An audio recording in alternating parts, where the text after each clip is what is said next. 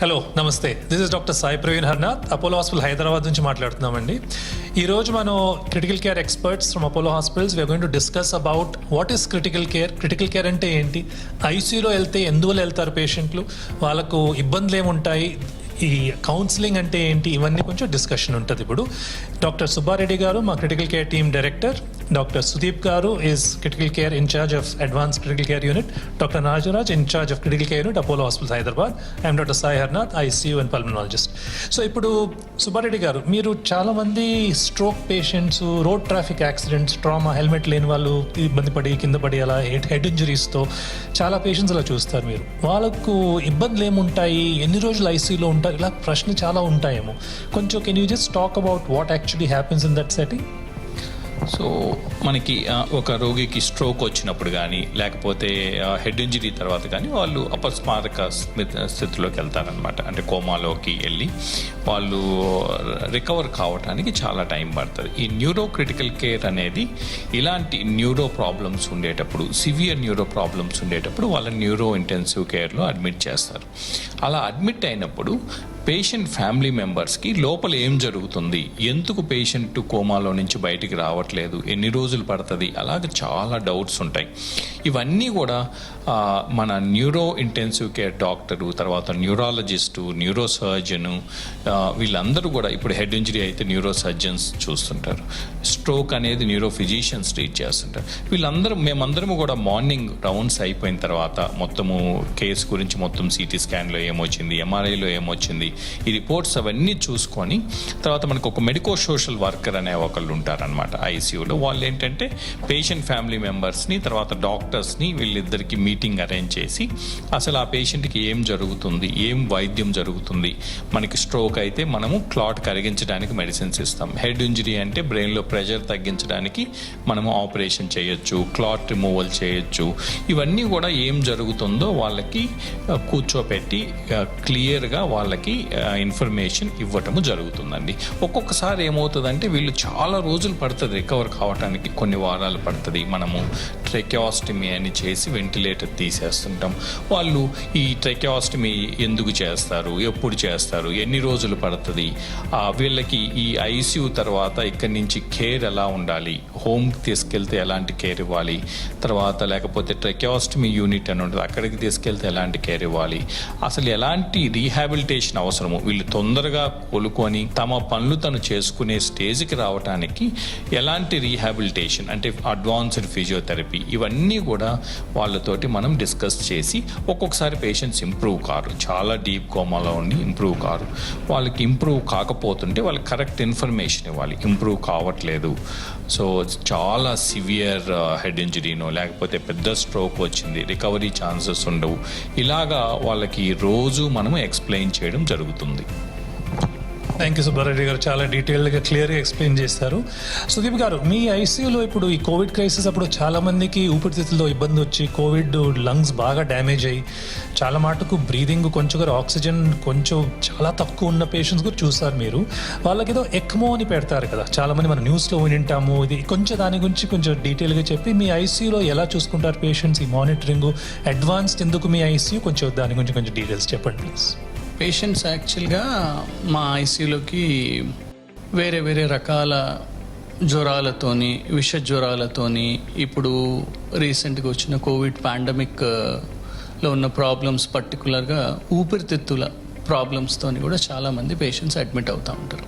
Most important ఊపిరితిత్తుల ప్రాబ్లంతోని బాగా problem అయి అడ్మిట్ అయినప్పుడు మాత్రము వాళ్లకు కృత్రిమ శ్వాస, వెంటిలేటర్ అనే ఒక మెషిన్ పెట్టి మనము శ్వాస ఇవ్వాల్సి వస్తుంది. దాని ద్వారా మనము గాలిలో ఊపిరి పీల్చుకునే ఆక్సిజన్ కంటెంట్ అనేది 21% 21% వరకు ఉంటుంది. కానీ మనం వెంటిలేటర్ ద్వారా ఆల్మోస్ట్ 100% వరకు ఇవ్వచ్చు. కానీ 100% వరకు ఇస్తున్నా కానీ కూడా ఊపిరితిత్తుల్లో నుండి గాలి అనేది, ఆక్సిజన్ అనేది ఒక్కొక్కసారి బాడీ లోపలికి చేరదు. అప్పుడు మనము ఇక్మో అనేది ఒక మెషిన్ పెట్టాల్సి ఉంటుంది. ఇక్మో అంటే ఏంటంటే ఎక్స్ట్రా కార్పోరియల్ మెంబ్రెయిన్ ఆక్సిజనేషన్ అంటే ఏంటంటే అది బ్లడ్ అనేది బయటకి తీసి దాంట్లో ఒక ఆక్సిజనేటర్ అనేది ఒక మెంబ్రెయిన్ ఉంటుంది. దాంట్లో మ్యాక్సిమం ఆక్సిజనేషన్ అనేది బ్లడ్లోనే అది బయటకు వచ్చిన బ్లడ్ని ఆక్సిజనేట్ చేస్తూ మళ్ళీ లోపలికి పంప్ చేస్తుంది. చాలా అడ్వాన్స్డ్గా ఆక్సిజనేట్ చేయడం అన్నమాట. పేషెంట్ అసలు వెంటిలేటర్ ద్వారా కూడా ఆక్సిజన్ అందని పట్ల మనము ఎక్మో ద్వారా ఆక్సిజన్ని బాడీలోకి డైరెక్ట్ బ్లడ్ ద్వారా మనం లోపలికి అందిస్తూ ఉంటాం. దీంట్లో చాలా కాంప్లికేషన్స్ ఉంటాయి. పేషెంట్కి చాలా మానిటరింగు, అంటే వాళ్లకు blood pressure monitoring, heart rate monitoring, వేరే వేరే అన్ని రకాల మానిటరింగ్ అనేది అవసరం పడుతూ ఉంటుంది. ఈ మానిటరింగ్ కంటిన్యూగా చేయాల్సి ఉంటుంది కాబట్టి రూమ్ బేస్డ్ ఐసీయూ అనేది చాలా ఇంపార్టెంట్. ఎందుకంటే ఇన్ఫెక్షన్స్ వచ్చే అవకాశాలు ఎక్కువ ఉంటాయి. ఈ ఇన్ఫెక్షన్స్ అనేది ఒక్కొక్కసారి స్ప్రెడ్ అయ్యే అవకాశాలు ఎక్కువ ఉంటాయి. కాబట్టి సింగిల్ రూమ్ ఉన్నప్పుడు మనకు క్రాస్ ఇన్ఫెక్షన్, అంటే ఒక పేషెంట్ నుంచి ఇంకో పేషెంట్కి ఇన్ఫెక్షన్ వెళ్ళకుండా చూసుకోవడానికి సింగిల్ రూమ్స్ అనేటివి అడ్వాన్స్డ్ యూనిట్లో ఉంటుంది. రెండోది, అది ఆల్మోస్ట్ మనకు మానిటరింగ్ రూమ్లోనే కాకుండా రూమ్ బయట కూడా ఏదైతే సెంట్రల్ మానిటర్ ఉంటుందో ఆ సెంట్రల్ మానిటర్ ప్లస్ ఈ రూమ్లో ఉన్న మానిటర్ని కూడా మనకు ఎలక్ట్రానిక్ ఐసీయూ అని ఏదైతే ఉంటుందో దాంట్లో కూడా మానిటర్ చేస్తూ ఉంటారు. పేషెంట్ ఇన్ని గ్యాడ్జెట్స్ మీద ఉండి ఇన్ని రకాలుగా ఉన్నప్పుడు చాలా సిక్ పేషెంట్స్ ఉంటారు రెగ్యులర్గా. అందుకే పేషెంట్ అటెండర్స్ని కంటిన్యూగా కౌన్సిలింగ్ చేస్తూ అసలు పేషెంట్ కండిషన్ ఎట్లా ఉంది, మెరుగుపడుతుందా లేదా, ఇంకా సిచ్యువేషన్ కిందికి పోతూ ఉందా, బెటర్ అవుతూ ఉందా అనేది రెగ్యులర్గా వాళ్లకు చెప్తూ ఉండాల్సి వస్తుంది. మనకి ఈ లెవెల్ ఆఫ్ మానిటరింగ్ అనేది యూజువల్గా అడ్వాన్స్డ్ లెవెల్ ఆఫ్ మానిటరింగ్ అంటాం కాబట్టి అడ్వాన్స్డ్ క్రిటికల్ కేర్ యూనిట్లో పెడతా ఉంటాం అన్నమాట ఇట్లాంటి పేషెంట్స్ని. Thank you Sudeep garu. Thank you.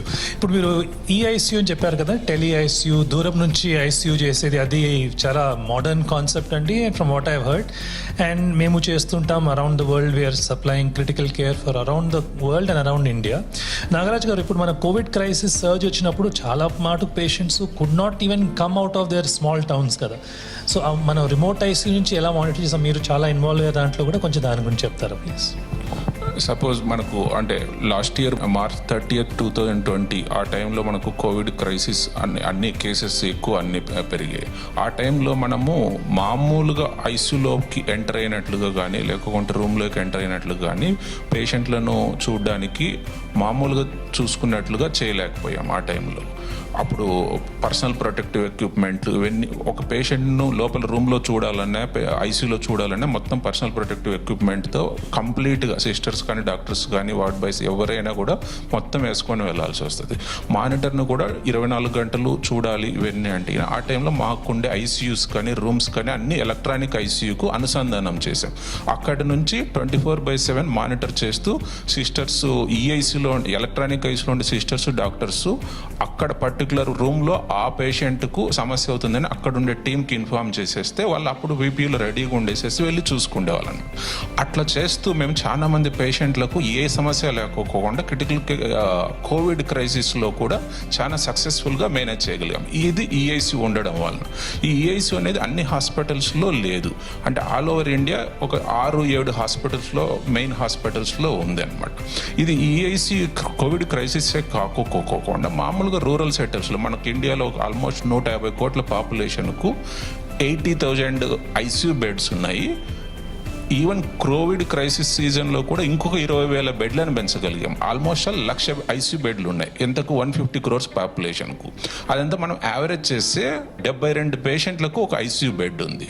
And qualified intensivists or ICU specialists, అంటే who are from the medical general medicine background కానీ పల్మనాలజీ బ్యాక్గ్రౌండ్ కానీ అనస్థీషియా బ్యాక్గ్రౌండ్ కానీ ఎమర్జెన్సీ బ్యాక్గ్రౌండ్ కానీ చేసి సూపర్ స్పెషాలిటీ క్రిటికల్ కేర్ లాగా ఉండే క్వాలిఫైడ్ ఇంటెన్సివిస్ట్స్, అంటే ఐఎస్సిసిఎం లో ఉండే క్వాలిఫైడ్ ఇంటెన్సివ్ కేర్ స్పెషలిస్టులు ఒక 15,000 ఐసీయూ మెంబర్స్ మాత్రమే ఉన్నారు ఇంత 150 crores పాపులేషన్.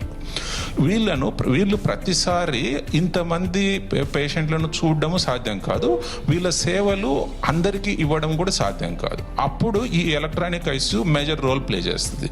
ఇక్కడ ఉండే ఇంటెన్సివిస్ట్, సపోజ్ మా హాస్పిటల్లో ఒక ఎలక్ట్రానిక్ ఐసీయూ ద్వారా మేము ఆల్మోస్ట్ ఆల్ 1000 ఐసీయూ బెడ్స్ను చూడగలుగుతున్నాం. అక్కడ ఒక రిమోట్ ఏరియాలో ఒక పేషెంట్కి ప్రాబ్లం ఉంటే అతన్ని మేము చూస్తూ అక్కడ ఉండే డాక్టర్స్తో మేము హై అండ్ వీడియో కెమెరాస్ ఫోన్ల ద్వారా అన్నిటితో చూస్తూ వాళ్ళ డేటాని ఈసీజీలు కానీ ఇంకొకటి కానీ లేకపోతే వాళ్ళ పల్స్లు బీపీలు అన్నీ అక్కడ ఉండి డెడికేటెడ్ డాక్టర్స్తో మాట్లాడేసేసి ఏమేం జరుగుతుందో పేషెంట్కి చూసుకొని ఇక్కడుండే స్పెషలిస్ట్ మేము మాతో పాటు కాకుండా కార్డియాలజిస్టులు కానీ న్యూరాలజిస్టులను కూడా ఇన్వాల్వ్ చేస్తూ ఏమైనా అవసరమైన పర్టికులర్ పేషెంట్కి ఏమేమి కావాలో చేయడం జరుగుతూ ఉందన్నమాట. సో ఇది ఎలక్ట్రానిక్ ఐసీ గురించి బ్రీఫ్గా. థ్యాంక్ యూ నాగరాజ్ గారు. ఐ థింక్ మన వ్యూవర్స్కి హూ ఎవర్ ఇస్ లిజనింగ్ కొంచెం క్లారిటీ వచ్చింటుందేమో. What is an ICU, advanced ICU అంటే ఏంటి, స్ట్రోక్ అంటే ఐసీయూలో ఉంటే పేషెంట్స్కి ఏం చేయాలి, దూరం నుంచి ఐసీయూ డాక్టర్స్ ఎలా చూసుకుంటారు. These are just the beginning of the advances in critical care. ఫ్యూచర్లో ఎర్లీ వార్నింగ్ సిస్టమ్స్ అంటారు. ఎలా ఏరోప్లేన్స్ ఫ్లై అయ్యేటప్పుడు వాళ్ళకు దూరంలో వెదర్లా తెలుస్తుందో అలాగే మనకు కూడా పేషెంట్స్ సిక్ అయ్యే ముందే డిటెక్ట్ చేసే టెక్నిక్స్ వచ్చేసాయి. అపోలో హాస్పిటల్స్లో ఇప్పుడు ఆర్టిఫిషియల్ ఇంటెలిజెన్స్ యూస్ చేసి or using advance sensors and మానిటర్స్తో we're already doing studies as well as చాలా పేషెంట్స్కు మేము ఫ్లోర్లో వార్డ్లో కూడా చూసుకొని సిక్ అవుట్ ఉంటే తొందరగా ఐసీయూ షిఫ్ట్ చేసే పరిస్థితి వస్తుంది ఇప్పుడు. So I think today we have discussed a lot of things. Sudeep garu, thank you very much for talking about that. Subbareddy garu and Nagaraj గారు ఫర్ ఎక్సలెంట్ కాన్వర్సేషన్. ఇది మన ఒక ఫస్ట్ కాన్వర్సేషన్ అండి. ఇలా చాలా మాట చేస్తుంటాం. క్రిటికల్ కేర్ మన ప్రజలకు ఎలా సింప్లిఫై చేయొచ్చో, క్లారిటీ ఎలా ఇవ్వచ్చో, వాట్ ఈస్ అన్ ఐసీయూ, మా ఫ్యామిలీ మెంబర్స్ ఐసీయూలో వెళ్తే ఏమవుతుంది, ఆ క్లారిటీ మీకు వస్తుంది. Thank you very much. This is doctor Sai Praveen Harnath from Apollo hospitals, critical care pulmonology. Thank you.